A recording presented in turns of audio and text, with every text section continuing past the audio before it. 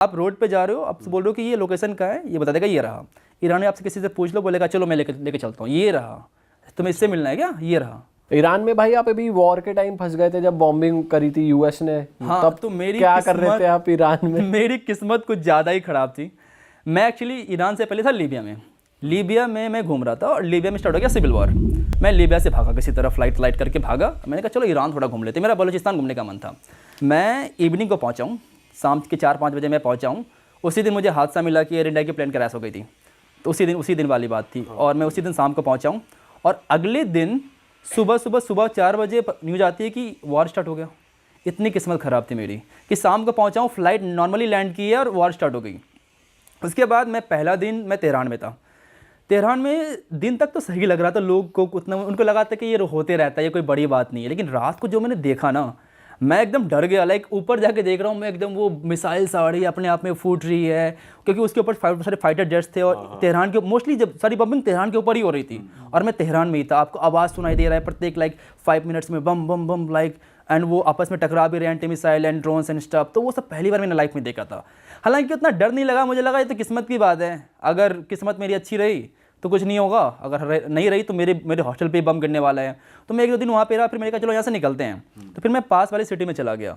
लेकिन मुझे डर इस बात का नहीं था कि मेरे पर मिसाइल गिर जाएगा, डर मुझे इस बात का था कि मैं पकड़ा जाऊँगा एज ए स्पाई। क्योंकि वहाँ पर बहुत सारे अफगानी और इंडियन को पकड़ा गया था एज ए स्पाई। और इंडियन एक बहुत अच्छे स्पाई वहाँ पे हो सकते हैं, क्योंकि इंडिया का रिलेशन अच्छा है इजराइल के साथ भी और ईरान के साथ भी। हमें नहीं चाहिए वीज़ा ईरान जाने के लिए, और हमें बहुत इजीली वीज़ा मिल जाता है इजराइल का भी। बट भाई अगर आपके खिलाफ कोई सबूत नहीं मिलता, आपकी इन्वेस्टिगेशन भी होती है, तब तो वहाँ इस तरीके से लोगों को छोड़ रहे थे, फिर भी वो तो उनको देंगे कर रहे थे। आपको, लेकिन 1-1.5-2 महीने आप फंस गए जेल में, वही तो सबसे ज़्यादा ट्रॉमेटाइजिंग है। जब तक कि प्रूव नहीं होता कि आप नहीं हो कुछ, तब तक तो ट्रॉमेटाइजिंग है ना वो। हाँ। तो वही मैं डर गया था बहुत ज़्यादा। और वीडियोस बनाने पर, क्योंकि बहुत सारी जो वर्ड्स हैं हिंदी और फारसी में सेम है, मैं रोड पे वीडियोस बना रहा था कि क्या माहौल है नहीं माहौल है। तो लोगों ने कहा कि गिरफ्तार कि तुम गिरफ्तार हो जाओगे। तो मैं उस बात से डर गया था कि कहीं मैं अब फंस न जाऊँ, कहीं मुझे गिरफ्तार न कर लिया जाए। तो फिर मैंने एक टैक्सी ड्राइवर को एक्चुअली टैक्सी ना ईरान के अंदर बहुत सस्ती है, बहुत ज़्यादा सस्ती है। तो मैंने टैक्सी ड्राइवर को $100 दिए और मैंने कहा चलो मुझे छोड़ दे अर्मेनिया। 1000 किलोमीटर था, उसने ड्राइव किया रात भर, मुझे अर्मेनिया देकर छोड़ा।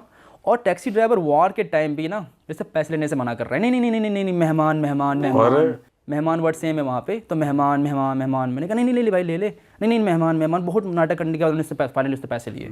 ओह। और भाई इस दौरान तुम्हारी घर में बात हो रही थी, तो घर वाले क्या कर रहे थे? घर वाले को मैंने नहीं बताया था ये बात, क्योंकि झूठ का परेशान हो जाएंगे।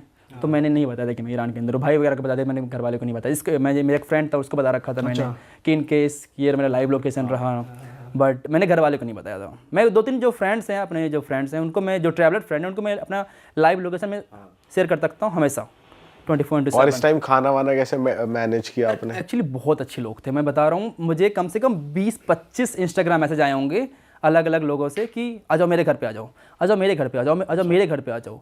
और सब लोग मुझे घर पे बुला रहे थे कि मेरे घर पे आके रह लो, कोई दिक्कत नहीं है। ओह। इस टाइप पे लोग। भाई हमने ऐसा सुना है कि जो ईरानियन गर्ल्स हैं वो परेशान है अपने देश में और वो निकलने के लिए शादी करती हैं बाहर की कंट्रीज़ के लोगों से। आप क्योंकि वहाँ रह चुके हो, आपने ये चीज़ नोटिस करी है कि विमेन को दबाया जाता है, यहाँ बहुत प्रॉब्लम होती है उन्हें? बेसिकली बात ये है कि ईरान के अंदर सैलरी बहुत कम है बहुत ज़्यादा सैलरी कम है। आप मेहनत करोगे कि महीने आपकी सैलरी $25, $30, $50 तक आपकी सैलरी है। $50 कितने होते हैं? 4000 रुपये महीने का। और तो वो 4000 रुपये में कुछ भी कर लें, बाहर नहीं निकल पाएंगे। कंट्री बहुत ज़्यादा सस्ती है, लिटरली। मैं पेट्रोल कितने $2 लीटर है, $2 वहाँ पेट्रोल होगा और गाड़ियाँ सस्ती मिल जाती है। आपको टैक्सी, आपको 10 रुपये की टैक्सी मिलेगी, कहाँ मिलती है इंडिया में? 10 रुपये की टैक्सी आपको जाना है, 10 रुपये में आप चले जाओगे 5-5 किलोमीटर, 10 किलोमीटर। मेट्रो $2 की है, तो सस्ती, इंडिया से बहुत ज़्यादा सस्ती है इंडिया से वो। तो इसलिए सैलरी भी कम है, लेकिन अब वो बाहर नहीं जा पाते इंडिया से। तो इंडियन जब जाते हैं, उनकी सबसे बड़ी प्रॉब्लम पासपोर्ट उनका बहुत ज़्यादा वीक है। हम कंप्लेन करते रहते हैं कि इंडियन पासपोर्ट वीक है, कंपेयर टू उनका पासपोर्ट देखो इतना वीक है, कहीं जा ही नहीं सकते बेचारे। सही बात, कहीं नहीं जा सकते बेचारे। करेक्ट। तो इसलिए वो ये चीज़ वो ट्राई करते हैं कि एक बार मुझे ईरान से बाहर निकलना है। और ईरानी लड़कियों को दबाया तो जाता ही है, आप कुछ भी कर लो। वहाँ पे हिजाब प्रोटेस्ट हुआ था, अब फाइनली जाके 3-4 साल के बाद अब हिजाब लड़कियाँ नहीं पहन रही है। अच्छा। एक्चुअली ईरान एक इस्लामिक कंट्री कभी था नहीं, उसे ज़बरदस्ती बनाया गया। 1979 इस्लामिक रिवॉल्यूशन आया, उसके बाद ईरान इस्लामिक कंट्री बनी। उससे पहले तो वो काफ़ी ओपन कंट्री थी। हाँ, उसकी वीडियोस आती है ना भाई। Afghanistan for example, Afghanistan is the party place like Bangkok. 1970s में। अच्छा। काबुल सुना है कि बैंकॉक की तरह पार्टी प्लेस था ये। काबुल, तेहरान, लोग पार्टी करते थे, एकदम शॉर्ट ड्रेस पहनते थे। अब आप जबरदस्ती थोप रहे हो।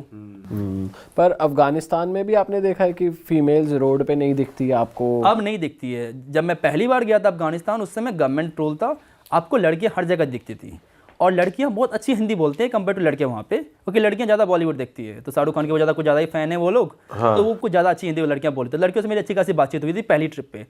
दूसरी ट्रिप लड़कियां देखी ही नहीं मुझे कहीं। लिटरली लाइक 2-3 लड़कियों से मेरी बात हुई पूरे ट्रिप पे। 1 महीने की ट्रिप थी, 2-3 लड़कियों से मेरा सिर्फ इंट्रैक्शन हुआ है। एक बार मैं याद है, मैं वहाँ पे था, बंदर आमिर लेक पे था, और लड़के ऐसे जाने कि मैं इंडिया से हूँ, तो हम लोग वो कयाकिंग कर रहे थे। लड़के ने मुझे टोका कि कहाँ से हो, इंडिया से हो, इंडिया में क्या करते हो, यहाँ पे क्यों आए हो, नहीं आए हो। बहुत सारे नॉर्मल हमारी बातचीत होने लग गई कि शाहरुख खान से कितना प्यार है, हम इंडिया को बहुत पसंद करते हैं वगैरह वगैरह। अचानक से तालिबान वाला आया, बंदियाँ ने ऐसे मुझे ट्रीट किया कि मुझे जानती ही नहीं है, कभी बात ही नहीं हुई है। मैं कुछ बोला, उसका कोई रिप्लाई नहीं आया। फिर मैंने बोला कि सुनाई नहीं पड़ा क्या, फिर वापस से बोलता हूँ तो कोई रिप्लाई नहीं आया। तो उसमें समझ गया कि तालिबान है, तो मुझे रिप्लाई तक नहीं देगी वो। बट आपके साथ मिसबिहेव करा तालिबान के लोगों ने? नहीं, तालिबान के लोगों में कभी मिसबिहेव नहीं किया। मैं एग्जांपल देता हूँ, मैं तीसरी बार गया था जब अफगानिस्तान, एक मेरी अमेरिकन फ्रेंड के साथ गया था। तो एक लड़का था, प्रोबेबली 22-23 साल का होगा। तो वो मेरी फ्रेंड जो थी सेल्वी, उससे बात कर रहा था कि कैसा है अब US, जस्ट इंटरेस्टिंग, लाइक कि जैसे ही हम फॉरनर से बात कर लेते हैं कि अच्छा कहाँ से हो आप, वही बस कर रहा था वो। तालिबान आया, बंदे को बंदूक के पीछे पूरा मारा। तो कैसे बात करे लड़के से, तो कैसे बात कर सकता है लड़की से। और मुझे को वार्न किया तालिबान ने, बोला कि इसको बोलो किसी बंदे से बात नहीं करे, सिर्फ तुमसे बात कर सकती है बस। और लेट सपोज कि हम लोग कहीं जा रहे हैं ना, उसको तालिबान हॉस्पिटल थे, तो तालिबान बोलते थे कि अच्छा इसको तुम्हारे दोस्तों कुछ खाना है, डायरेक्टली उससे नहीं पूछ रहे, मेरे से पूछ रहे हैं, तुम उसको बोलो, फिर मुझे वो रिप्लाई करेगी, फिर वो मैं उसको बोलूँगा। वो भी परेशान, नहीं परेशान कि डायरेक्टली पूछ ले यार, साथ में है। हाँ। मुझे गूगल घुमा रहे हो बार बार। तो लड़कियों को लेकर थोड़ा हैं, बहुत ज़्यादा हैं। हाँ, तो भाई इस एपिसोड को यहीं पर ख़त्म करते हैं, क्योंकि इस एपिसोड की ड्यूरेशन बहुत ज़्यादा हो चुकी थी। लेकिन शुभम भाई के साथ हमारी कन्वर्सेशन बंद नहीं हुई है। आपको और भी कंट्रीज़ के बारे में जानने को मिलेगा अगले एपिसोड में, और मैं आपको दावा देता हूँ जितना मज़ा आपको इस वाले एपिसोड में आया ना, उसका डबल मज़ा आपको अगले एपिसोड में आने वाला है। तो हमने जितनी भी और भी कंट्रीज़ की बात करी है, 165 कंट्रीज़ में भाई घूम के आ रखे हैं। तो भाई वो जो नेक्स्ट एपिसोड है वो मिस मत कर देना, शुभम भाई के साथ जो आने वाला है। और बाकी अगर आपको इस एपिसोड में मज़ा आया है तो इस वीडियो को लाइक कर देना, कमेंट कर दो, शेयर कर दो, सब्सक्राइब कर दो। और शुभम भाई का चैनल है वो भी यहीं पर आ रहा है भाई का। भाई जितने ट्रैवल व्लॉग्स करता है जाके चेकआउट करो, और भाई को भी प्यार दो। और बस हम आपसे मिलेंगे अगले एपिसोड में। Till then bye bye, see you, take care. And also हमारी जो वेबसाइट है जिसके बारे में शुभम ने आपसे बात की थी एपिसोड के स्टार्टिंग में, उसका लिंक आपको मिल जाएगा डिस्क्रिप्शन में, यहाँ पर भी लिखा आ रहा है। तो आप जाके वो भी चेकआउट कीजिए और हमारे कोर्सेज को एंजॉय कीजिए। Till then bye bye, see you, take care. हम मिलेंगे नए एपिसोड में।